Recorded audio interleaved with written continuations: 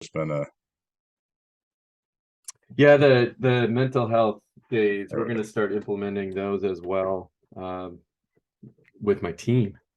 yeah, yep, Uh, we talked about it with our leadership team. I don't have captains. I do a leadership team with my varsity yep, girls, and we haven't picked what it is, but it's either going to be, they call it team bonding, which is fine. I don't care what yeah. you call it, but it's just them getting, it's funny, they really requested, we're going to do shorter practices when Okay, our league starts. We go 2 hours and we're going to go an hour and a half.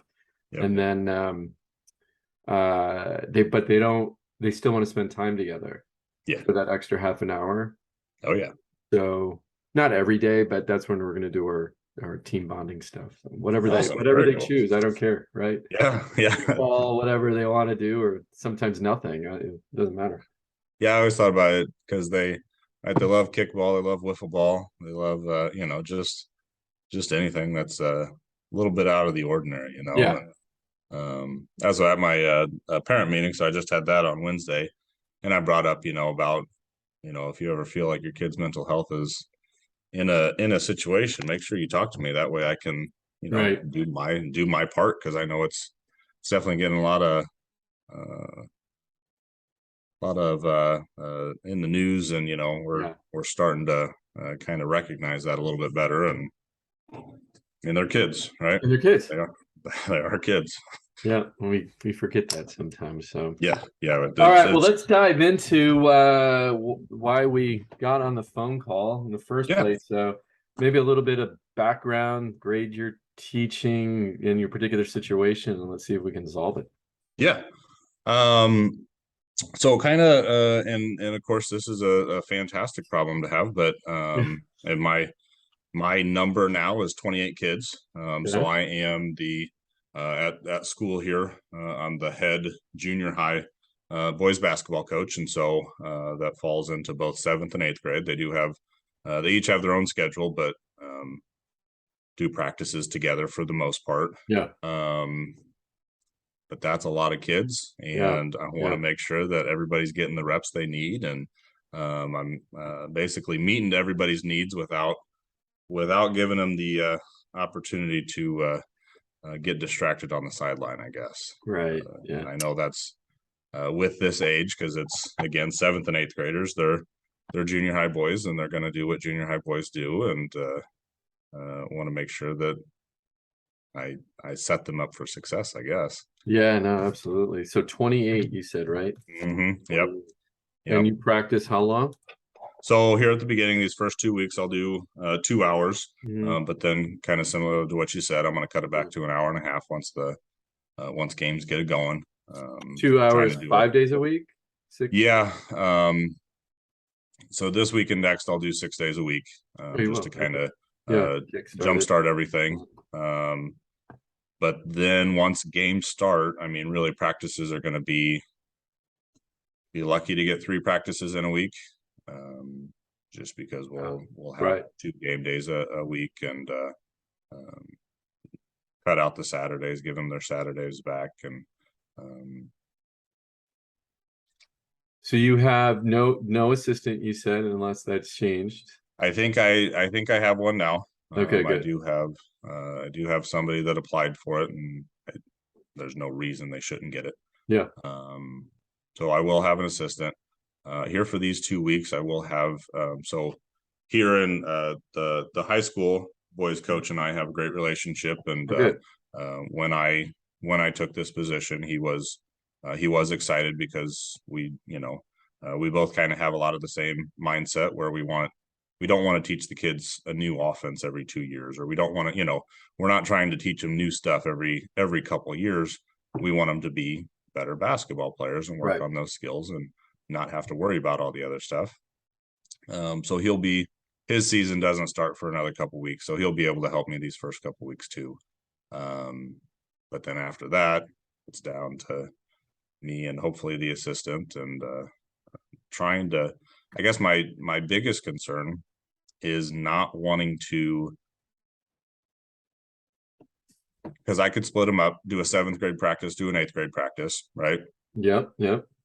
but then either I'm putting myself in a situation where I'm in the gym for 3 hours, or I'm keeping one of those groups a lot later than what I care to keep some junior high kids up to. Yeah. They've got their own lives, they've got stuff they need to do, and I want them eating family dinners. I want them, I don't want to keep them at the gym until 8 o'clock at night. Like it's not what I'm about. And what time is practice now? So right now I split the gym with the girls program. And so for the most part, I can start right after school at 3:30. Okay. And do a 3:30 to 5:30 or 3:30 to 5, just depending. Yeah. But then if they've got the early practice, then I'm not getting in the gym until 5. And then again until 6:30, Yeah. 7 o'clock. Okay. And then how many hoops do you have in the gym? I do have 6. I've got the 2 main ones. And then I've got the so the way and we do have a smaller gym. I can't remember exactly the measurements. I can go sideways to where we do have the lines for 2 courts, but they're as good as a half a court, right? Like they're not. It's good maybe to get shots up if you get pushed out or something out of the gym or what have you. Yeah. Okay. So, all right. Anything else? More of a background. The 28 kids. You got 6 hoops. You got anywhere from an hour and a half to 2-hour practices. Yep. You as the coach. Are you then? I just want to clarify. So if you don't have, well, probably even if you do have assistants, you're going to 2 games, and are they back to back then? Usually back to back. Yeah. Back. So, okay. Yeah. I think we've got one tournament where they potentially could not be back to back, but for the most part, whatever, they're kind of back to back. Yeah. So, and that's where the games we play are in the area. All our governing body is the IESA, Illinois Elementary School Association. For the most part, all smaller schools like us and all the rural schools like we are. Okay. And then are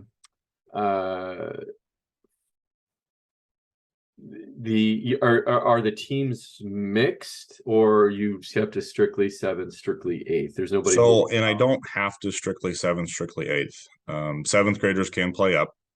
8th graders cannot play down though. Right. And then that's the other, don't want to call it an issue, but with this age group, we've got kids that are more matured, more development, right? I mean, that's just, some kids hit puberty and they start to mature earlier. And, so kids very well coordinated, kids not very well coordinated, and then trying to meet everybody's needs. So this is my 3rd year. Something I have done is I'm looking at practice. I'm able to kind of divide the 2 groups, and those that are a little bit more ready for the challenge are in one group, and those that aren't. So I don't necessarily have to stick to age groups for that. But then as we get closer to game time, I want 7th graders working with 7th graders so they get used to each other. And I mean, they're forming that team bond and the unity.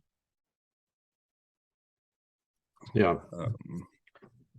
So then what you're kind of struggling with again is the concept of how do you divide up practice and structure practice that it's meeting the needs of all the kids, right? Or at least as best as possible, right? As many as possible. Yeah, exactly. 28 kids. So I mean, if you think about that, if that was a high school team, you'd have 14 and 14, which is a lot of kids. And boys that age, their attention span is a little bit different, right? But I mean, I think what you have going for you is they still want to play and they want to get in the game, and you still have that playing time hanging over their head a little bit, right?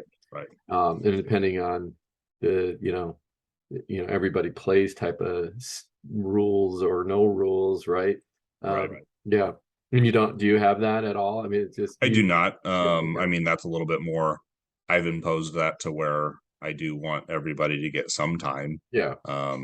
but we are to the point where we're trying to be a little bit more competitive, and there are certain games where, I mean, and with that many kids, it's possible that you're not going to get in, right? We've got 6-minute quarters, Right. or 6-minute quarters, and like Yeah. you can't sub every 3 minutes. It's No. just, Yeah. you're not giving anybody a chance to grow and develop at that point. And do you have to carry that many kids? You just don't want I to do cuts. You're trying to build a program. Where are you from I that? mean, it is a thing where trying to build the program a little bit.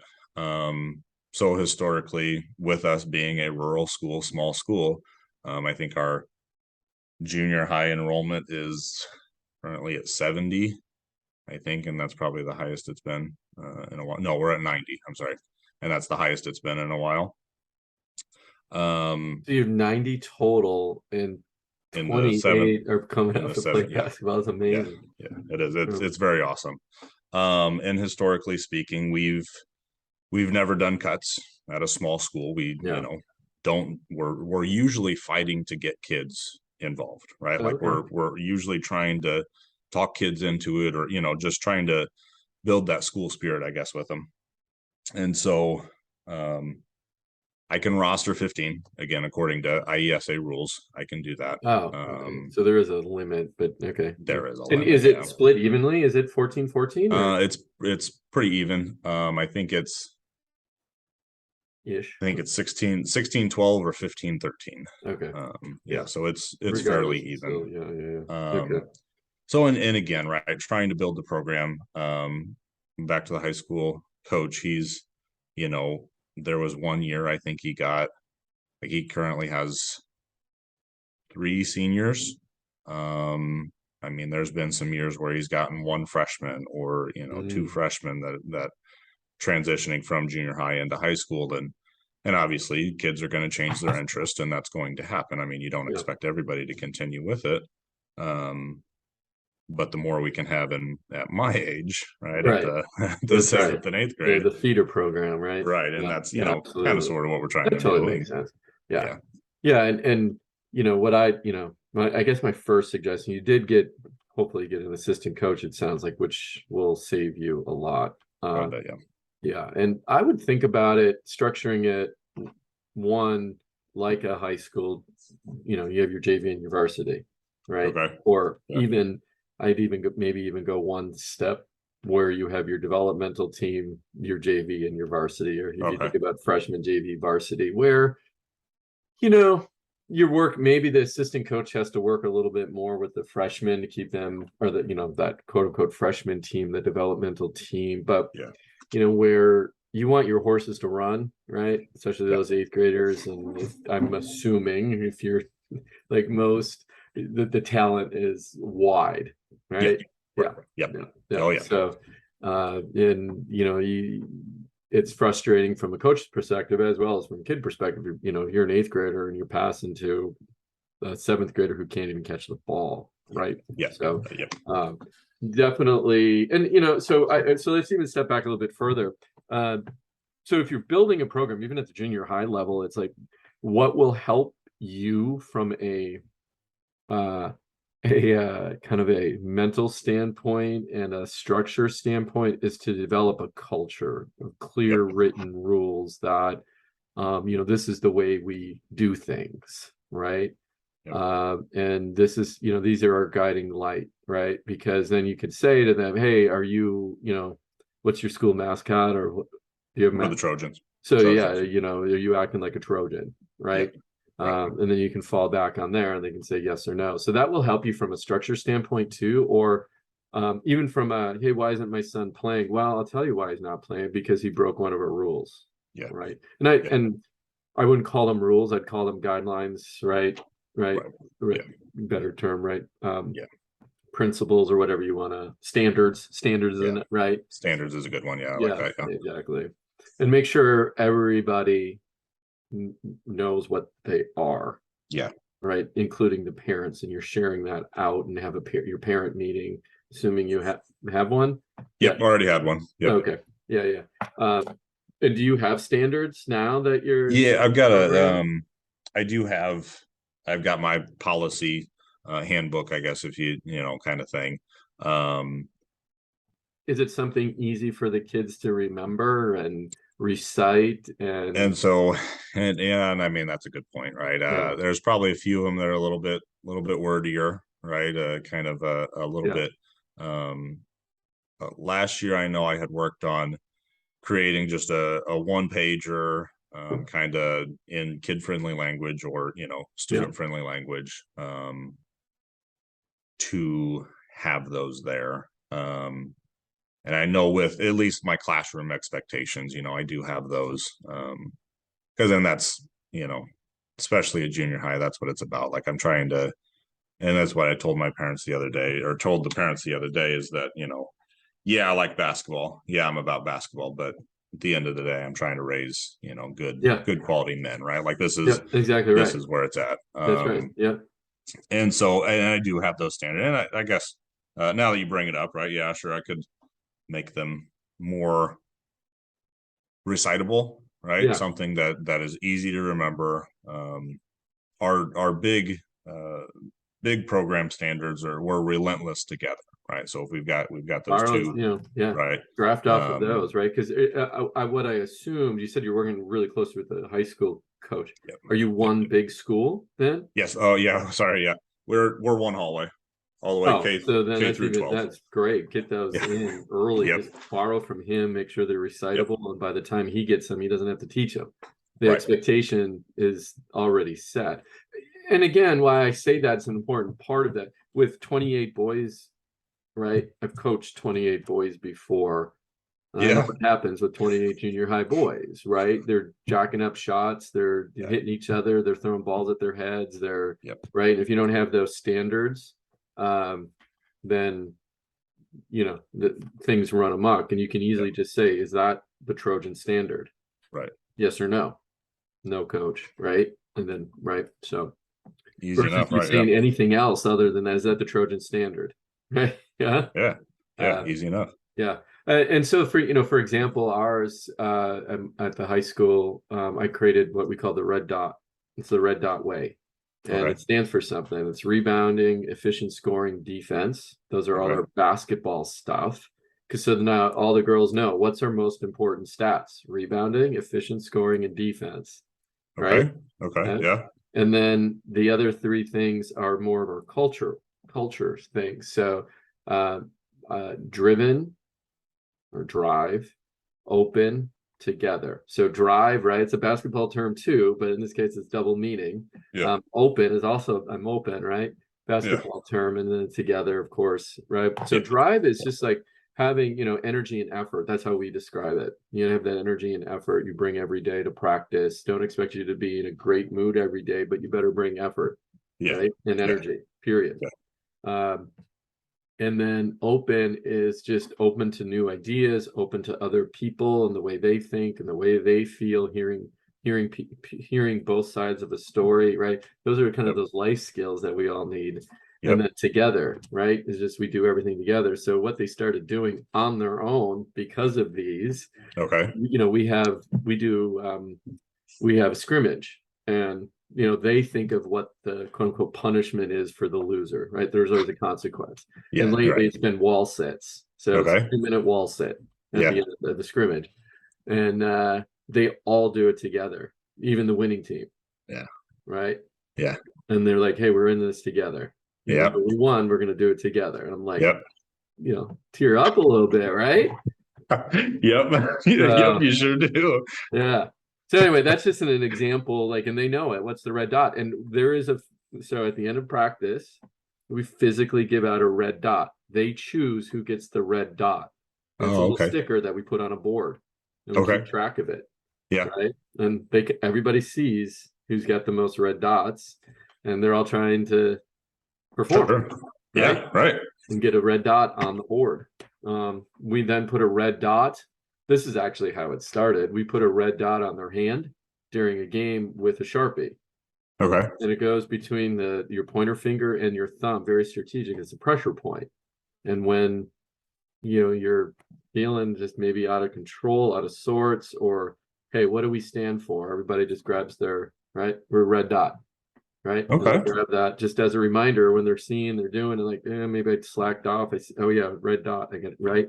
got the red dot on my hand. So it's all those visual clues that, so I don't have to preach, right? So Yeah. and then we're obviously trying to have the team be empowered. Yes.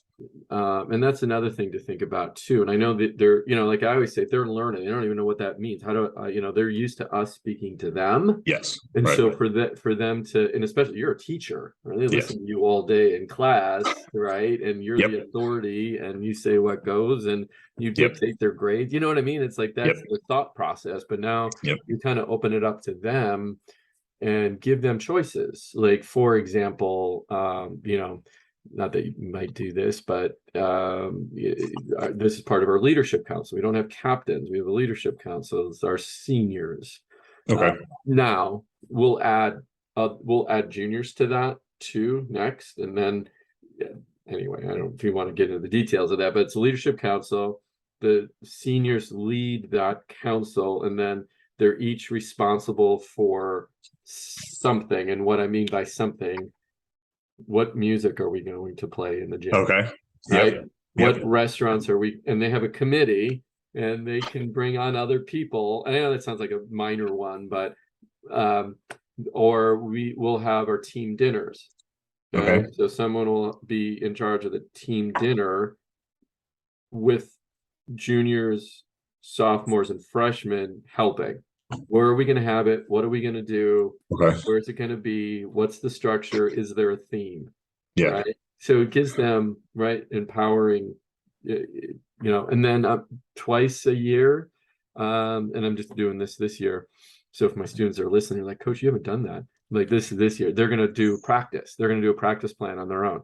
They get really? go, Okay. Right. Twice a year, hey, you design a practice. Yeah. I'll give them some guidelines. It's got, at least, got to include, an hour of basketball related stuff, but whatever you guys want to do. If you want to scrimmage, great. If you want to do knockout, great. If you want to do, it's your practice. So it's just got to be structured, and it's got to be planned, right? Because then the idea isn't obviously just, I want them to think through the plan and work together as a team to say, okay, what are we going to do, right? Right. Yeah. Those little things, right? And come up with your own. We also have responsibilities. So you could do this with your 7th grade. So 7th grade puts in our case, the freshmen, they put all the equipment, they get all the equipment out, and they put it all away. Okay. Right. We have we call it sophomore sweep. They have to sweep the floor, clean up. If there's, I don't care if it's our garbage or somebody else's. They have to go look after practice, make sure everything's all picked up. Right. And the seniors, they're responsible for one dinner, the very first dinner. They have to serve everybody, make everything, do everything, and then after that, they're all they're getting taken care of after that. So make them feel special. But I also want to say, it's this idea of we're the older girls, right? We're here for you. We're gonna, we're here to serve you. That servant leadership, right? Leadership. Yep, exactly. So think of your own things like that of empowering them. It might be little things. I know, it's high school versus middle school. It's different. But I bet you can think of a couple things that would empower them to feel a part of it. So you don't get the resistance or the they start policing as well. Right. And I know, right, like, that's a big thing, and that's something that, I mean, you're either a part of the solution or a part of the problem, right? Like that's, so I definitely want that. I know I did. So I just found out I'm getting shooting shirts. So this will be our first year of shooting shirts. And I actually had that thought. I let the 8th graders design it. I was like, it's not really that much variability, right? Like there's not, but it's giving them that sense of ownership and right. Like pride and right. Pride. And I don't know how long you've been doing or will be doing this, but create those traditions, right? And hey, when we're 7th grade, when we're 8th graders, wow, we get to, right? We want to get there, right? And it keeps the program going, right? Yep. And then As far as practice is concerned, this is where it gets a little tricky. But I definitely would split it up into 2 or 3 groups. Okay. And I would have that, and make sure. Well, actually, before we move on, I'm going to say one more thing on roles of your team. Okay. Come up with roles for your players. Make sure that they know what their role on the team is. And what I mean by that is, hey, Johnny, you're the best driver we have. Every time you get the ball, I want you to think drive first. Yeah. Oh my God, you have a green light shot to shoot anywhere on the court, anytime, anywhere, right? Yep. You know what? You're a great passer. You do that so right. So whatever those roles might be, give them responsibilities that they can. And he said, well, coach, does that mean I can't shoot? Well, no, it doesn't mean you can't shoot, but if you're wide open, I don't want you shooting a 3 even, right? Yeah. It's something we need to work on, and I'm happy to work with you, and we got an assistant coach to work with you.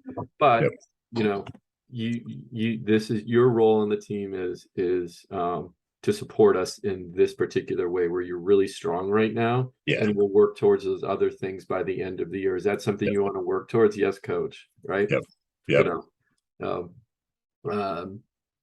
We call that green light shooting. You have the green light for, and our girls know. We had a girl who's a post player, and she makes a joke about it now. And because now they even say it's like, we have a play, and they go, well, what if this Aislinn is in, is she going to be shooting a 3? And she laughs. She goes, come on, guys. You know what I mean? She's like, that's not my role. Yeah. And she knows what her role is. Her role is not to shoot 3s, but man, she can finish around the basket and hit anything underneath. And it's like perfect. And again, it doesn't mean that I'm not trying to develop her into a 3-point shooter, because I want to shoot. Right? So she just needs more work. So she's a sophomore, so we got time, right? Still got time. Yep. Still got time. Yep. Oh yeah. Okay. So roles. All right. So then practice structure. Run it almost like a camp with that many kids in the gym. Okay. And what I mean by that is, you have your skill work. Think about it almost in thirds. So 1/3 of the time is skill work, 1/3 of the time is offense, and 1/3 of the time is defense. Okay.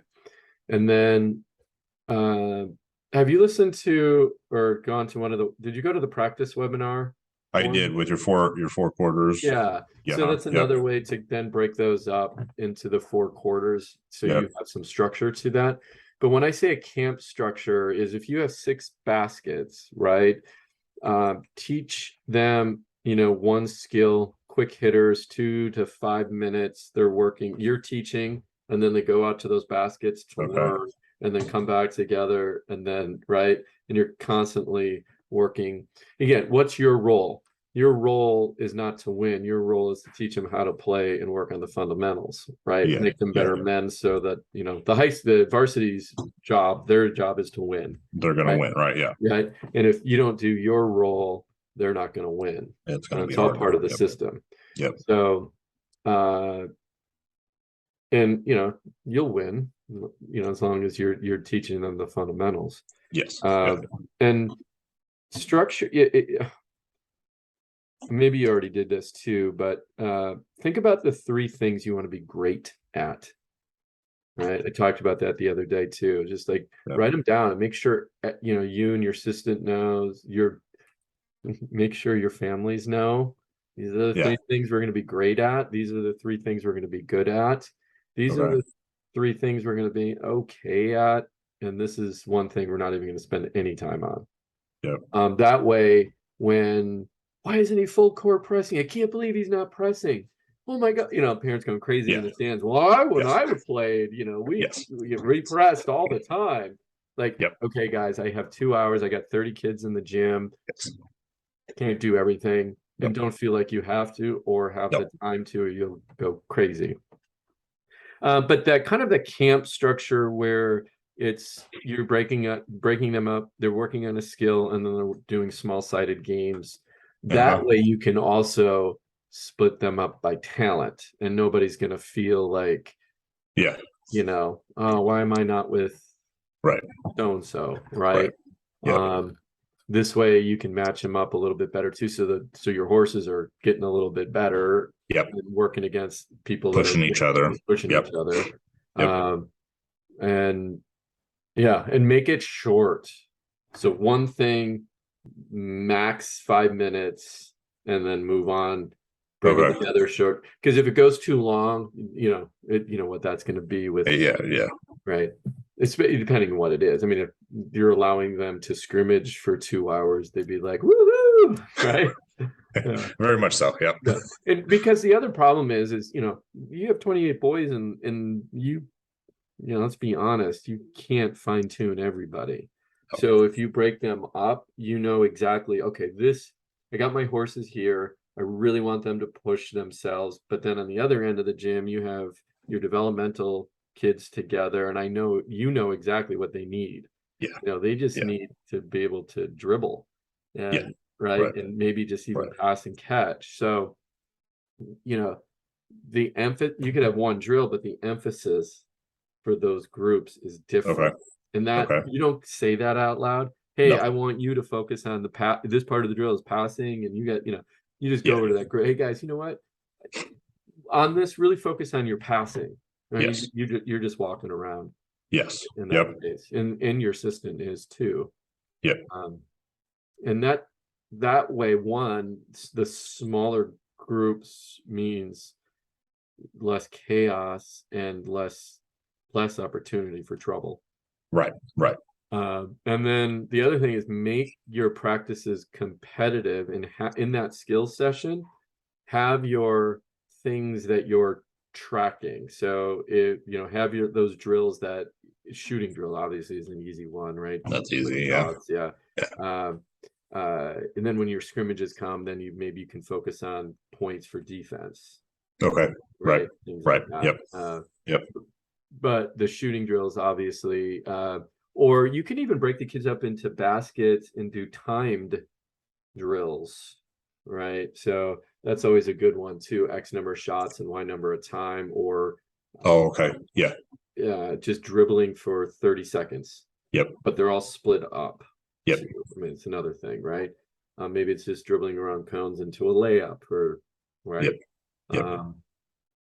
Something that they're and with boys, as you know, okay, go run, right? Come up with a drill that immediately you say your hellos. This is what you have. Think about it in a timeout. You got 30 seconds to talk at the beginning, and they're running for 5 minutes, whatever that is. So come up with that drill where you guys are going to hit it hard right away. They just get done with school. They're coming in. They're anxious. They're they're like, right. If you don't control it right up front and get some of that energy out, it'll be a long 2 hours for you. Very much so. Well, and also for you're just getting done with school, and 8 hours in front of these, or whatever, 6 hours, right? In front of the kids. And I know that's taxing for a teacher as well. So, you need some brain space too. Is that kind of resonating a little bit? Is that making sense? Yeah. I mean, helpful. So, and that was something. So I did. I worked a breakthrough basketball camp this summer. I assume you're familiar with them. Yeah. And so that was obviously, camp structure. Obviously, that's what that was, right? You grid the kids up. You get them into a grid. Hey, we're going to do this one skill. All right, now split up, and you're going to do it and actually execute it. Then add the layers, right? Okay, now we're gonna throw a defense on, or we're gonna throw this specific dribble or whatever. Yeah. So with that, I kind of thought of a question here. Yeah. Have you had any success with potentially having? So I've got the 6 baskets, 6 different things going on at each basket. So what I mean is, maybe basket 1's working on left-handed layups. Basket 2's working on a mid-range pull-up, or right. Maybe basket 3's just doing an agility kind of a thing, or right. So that kind of stuff. Yeah. Oh, absolutely. And then they're rotating. in the rotating. Yeah, Yep. no, that's beautiful. Yeah. Yeah. Yeah. Okay. No, it's just another structure of that breaking out into small groups. Into those small. Yeah. Yeah. I mean, if your brain is wired that way too, to note, 6 different activities going Right. on and 6 different points of emphasis Yeah. potentially, right? Yeah. Right. That's, yeah. I don't think you'll go wrong with either one as long as it's timed and everybody's touching those stations that You're right. right. And then that's right, like you said, hey, let's get moving quick. Let's get things going. And I guess that's kind of what popped into my head. Right, like I want, and that's the big thing. I want as many touches as possible That's right. in the time Yeah. that I have. I want them working on these different aspects. I want them working on speed and strength and right, all that Yeah. stuff, but also within developing the ball handling. Because like you said, maybe I can have basket 1 be a ball handling basket. And I've got my, like you said, my horses are okay. They're going to be doing something very complex. Well, now when my developmental get around to that basket, okay, we're just working on pounds and right. Like, Right. Then again, I can structure it that way to where meeting everybody's needs, right? Yeah. I mean, that's meeting everybody's needs, meeting them where they're at and challenging them to get to that next level, kind of, so to speak. And when I wouldn't, I guess with boys too, I wouldn't break them out into I might break them up into 2 groups right away, bigger groups. I wouldn't break them up into those tiny groups. Okay. Because I have this drill. Oh my gosh, it's the best drill. And why am I blanking on the name of it right now? I have no idea. But I'm gonna look this up for you, and I'm gonna share my screen. And get them running. Honestly, like just get that energy out right away. Girls are a little bit different. And I've noticed that over the years too, that the way I structure my practice, and some people argue with me, or some, some people roll their eyes at this, but I really truly seen it, at least in my experience. They need their social time together, and then we have a good practice, right? Yeah. Yeah. And I believe they come, and women are more mature, they come better prepared and in a better mindset coming into practice versus boys. It's just what I found anyway. I could be completely wrong, but let me pull this up. This is, let's see. Nope. Let's see.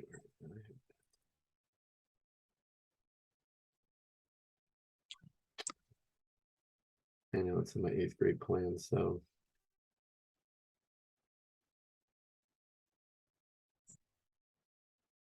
What other thoughts, problems? So another thought I had as far as structure wise, again, not trying to be in the gym any longer than 2 hours for myself. Yeah. I thought about splitting them up to where everybody's got an hour and a half practice. Half hour at the beginning would be, let's just say it's just 7th grade, half hour. And then after that half hour, 8th grade comes in, then I've got everybody for an hour. And then 7th grade would leave after their hour and a half, and then 8th grade would be there for the last half hour. So everybody's still getting an hour and a half practice, but now I'm getting to chunk it down. And I guess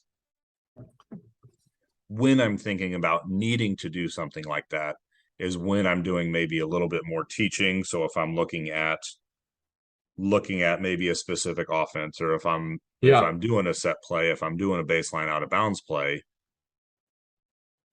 thinking it's gonna benefit me more if I've got 13 in there versus trying to teach 28. Absolutely. Right? That's another way to. Yeah. Oh, go ahead. Sorry. I don't know logistically how that would end up working out for me, because again, these are 7th and 8th graders. They can't drive anywhere. Some of them live, have to ride the bus. Half hour is just enough time to kind of get yourself into trouble. I wouldn't be around to monitor them in the hallways or whatever, right? but I do think it would be in those times when I need to teach. So we have a bad game or whatever, and I need to kind of focus and bear down a little bit more on them Yeah. where, hey, this is my mistake. I didn't teach it, whatever. But I think it could be beneficial. I just don't know logistically.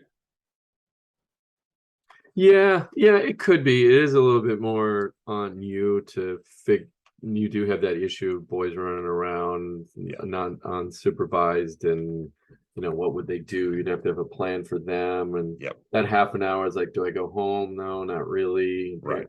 And it's just like, yeah, but I think if you break it out into that camp structure, and again, what you could do is think about it, to have your assistant on one half of the court working on defense, you're working on offense, and then you come together. Okay. Right. And at least the group is split up that way. And then you can bring them together, play, and then switch, and then come back and play. Yeah. Right. So you can do that kind of that teach, train, play methodology. Right.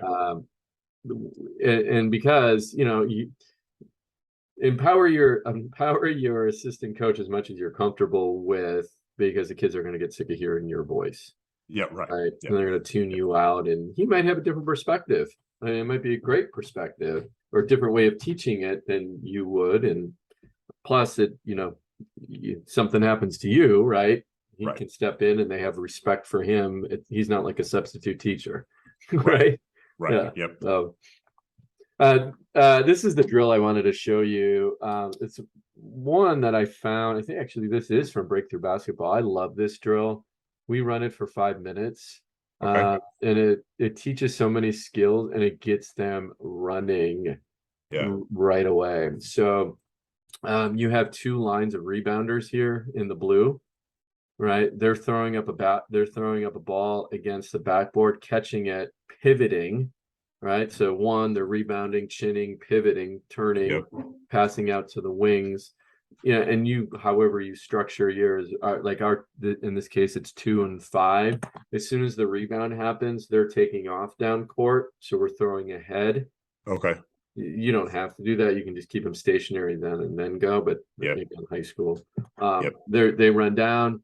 They do whatever type of finish. It's usually a layup. We do power layups is our thing. So we do a power layup. They get their own rebound, switch lines. Okay. And so in that little drill, we run it for 5 minutes.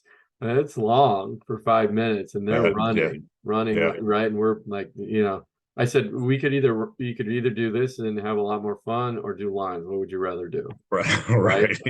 Yeah. So, and then we'll count makes after we've done it a couple times. Then we're gonna count makes, and you got to beat the number, or we'll add a coach down here with a pad.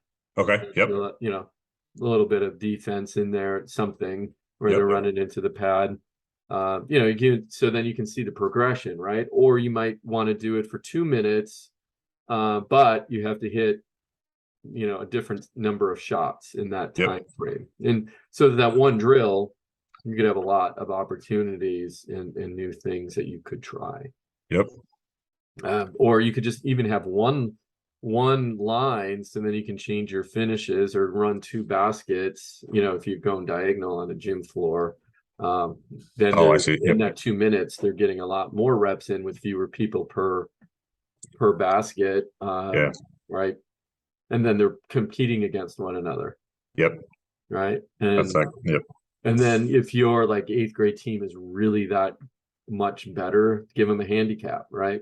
The other team's got it, gets, or the 8th graders, they're starting negative whatever. Yep. Number negative X, right? Or the other team is starting with plus 10, whatever it might be. Mm-hmm. Right. And that will really make the 8th graders compete as well to beat the 7th graders.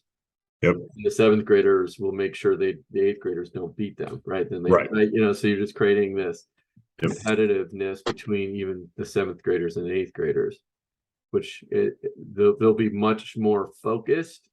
With boys, though, you got to look out if they're not doing the finish you want because they think, you know, They got to look cool. they right? gotta look cool, or they, you know, hey, you know, coach just has us, you know, he just wants us to get as many points as we can, so we're going to try to cheat this drill.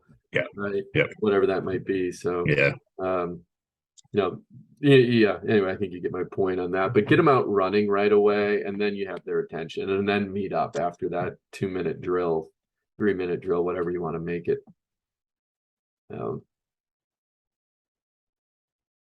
That kind of makes some sense. Yeah, sure does. So with that, right, and I know people on all sides of this, but no zone. Is that where you're going? I'm just kidding. No, I'm definitely a no zone. I have one that we do mix up just to mix it up. You should have one, and then no, I fully agree with that one. With free throws, right? So I know a lot of people, right, they want them to work on free throws when they're fresh. They should also work on them when, you know, like I know all that. With that many kids, right? Yeah. And if I've got 5 kids at a basket, that's just too many. But I still want them working on free throws. I want them, you know, doing that. I had a thought, and I just, again, logistically, if I had, you know, kept it to 2, maybe 3 at a basket, and have another group in the middle of the court doing their ball handling. Yeah. And again, I know stationary ball handling, a lot of different sides there, but it's still a skill they need, right? I mean, this is everybody. I mean, it helps improve every aspect of the game when you're doing your ball handling. But if you have the middle of the court, it doesn't have to be stationary. You can just run zigzag cones and everything else too. So okay, yeah. Or they are moving up the court. If everybody else is at the basket shooting, you have that whole center. So you can do you could do even a drill, like a trapping drill just in the center too. Okay. Where, you know, you have whatever, 4 on the outside, 3 on the inside, or vice versa, depending on what you want to run. And you know, 2 people are trying to trap, and the other person's got coverage in the back, right? So you're just teaching them. I mean, there's all, absolutely. That rotation, okay. Have a rotation. You could do monkey in the middle, right? That type of thing. So they're working on their passing now. Okay, so really just, again, you're gonna have to do stations with that many kids, and I think just from an organization standpoint and coaching standpoint, because then you can, when they're both, you know, maybe at their separate baskets or doing like that case, you got one's doing free throws and one's doing X in the middle. You can say to all of those kids X in the middle, hey, make sure those passes are sharp, or using a twist pass to get the ball there, or you know, pound dribbles. You're doing your pound dribbles. Or, you know, then the guys who are shooting, hey, make sure you're following through with your shot. You know what I mean? You're kind of just talking to the whole group at the same time. Tennis ball dribbling as well. I mean, we start off stationary dribbling every day, and this is kind of where the circle comes in. We get them all in a big circle, and the girls are talking. I'm like, I don't care. Okay. Talk for, you know, we do it 2 or 3 minutes, and they're just chatting. How's your day? What's this? Or, you know, what's going on? And I love it, right? I'm listening, listening a little bit, but coaches and I are talking, and but they're anyway. Do you have a set ball handling regimen? I don't know what the word is, right? But like there is that structure to it as far as you're going. And they know it by now, right? Even my grade school kids know it too. So, it's, you know, nothing complicated, right? Just getting their, you know, body warmed up, hands right, pound dribbles left, right, front to back, crossovers, cross between behind the back. And they're really, and what it should be is that stuff that you don't have to think about, right? So again, you're able to talk, you're able to I want them a little bit distracted so they're not staring at the ball. Absolutely. And then what I bought too were they're actually training sticks for karate, and they're long, padded, and they have a, you know, almost a handle, and they're about, I don't know, foot and a half long, about right 2 feet long. Yeah. And while they're dribbling, I'll just go around hitting them while they're dribbling with these, right? So they're distracted and or not, not trying to be distracted. Right. And I'll hit their, I'll hit their dribbling arm, I'll hit their opposite arm, I'll hit their shoulders, right? Just like somebody slapping them while they're playing, Yeah. right? Yep. You got to dribble through it, right? I do a lot of tennis ball stuff too. I'll mix it up once in a while too with tennis ball dribbling, where they do it, they have to drop a ball. And again, I'm training my 5th grade girls, they do it right all the time too. They drop the ball and they got to do crossovers, 1-2 crossovers, and catch the ball before the second bounce. The tennis ball. Does that make sense? So you drop a tennis ball about head high, and then you got 1-2 catch before the tennis ball hits the ground a second time. Okay. So you're working on hand speed there. You're working on being distracted and seeing what's going on around you and not worried about the big basketball. Right. And then we up it, right? So I might go just 1 crossover to start with the younger kids. The goal in high school is to get to 4 crossovers before it touches the second time, and they can do it, right? And then we'll do a cross between behind catch with the tennis ball. So cross between catch. So they got to work their way up to those levels, and man, do they light up when they can hit 2 crossovers and then 3 and then 4 and then the cross between behind, right? So our job is not teaching them basketball. Our job is teaching them confidence. I'll say it over and over again, right? It really is. If we can turn, again, make them better people in the end. It's not lose sight of what sports is for. It's not for you and me. It's for the kids, and it's you don't work basketball, you play basketball. Right. It's a game. It's a game. So believe me, I'm guilty as any other coach in America of taking a little too serious. But try to take a time out and remind myself, like, okay, they're kids. They're kids. It's a game. And that's what I tell my kids. I'm just as competitive as anybody else. Sometimes a little bit more competitive, and I know it's a little bit of an ugly side of me, and that's what I tell them, was like, but at the end of the day, this other stuff is far more important. You having the character, and the way people view me, or not just that kind of stuff is just so much more important. That's right. And I say is like, I tell them, I'm like, I may seem frustrated at you. It's actually not a frustration at you. I'm frustrated with me because I didn't teach you the right way. I didn't teach you that, or like we didn't get to that in practice, and we could have really used it now in a game. And I didn't do my job of the right practice structure, thinking through, not knowing what you actually needed. Right. And I said, I always, do they believe it? Sometimes, but I truly believe that myself. It's like, I'm really not frustrated or mad at them. I'm like, right. I'm like, because I'm competitive too. And that's what, so I started reading, I can't remember the name of it, but in there it talked about, the goal of the game is to win, right? I mean, that's the goal, but we all have, you should have a purpose. You have that higher purpose, and I definitely have that, and it helps you, right? It helps keep that sanity, and it helps you to stay focused, is when you remember your purpose, I guess. That's right. Your why. Your why. And how are you communicating with parents? Are you doing it on a regular basis too? What kind of, maybe check in once a week, just a quick email, this is what we're working on in practice, or even, hey, this is what expectations are, make sure that they have their shoes, give them a little snack, maybe, depending on what time you're practicing, something. I don't know.